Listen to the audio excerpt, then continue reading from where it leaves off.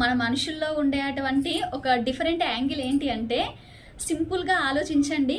ఈరోజు మనకేదైనా కష్టం వచ్చింది అనుకోండి, మిగిలిన వాళ్ళందరి యొక్క చెడు దృష్టి అంతా ఎప్పుడు నా మీదనే ఉంది. సో వాళ్ళందరూ అలా నా మీద నెగటివ్ ఎనర్జీని ఇచ్చారు కాబట్టి నాకు ఈరోజు ఈ కష్టం కలిగింది అనేసి అనుకుంటాము. బట్ అదే ప్రాబ్లం లేదా ఏదైనా ఒక ప్రాబ్లం అవతలి మనిషికి వచ్చినప్పుడు ఎగ్జాక్ట్గా ఏమనుకుంటాం తెలుసా?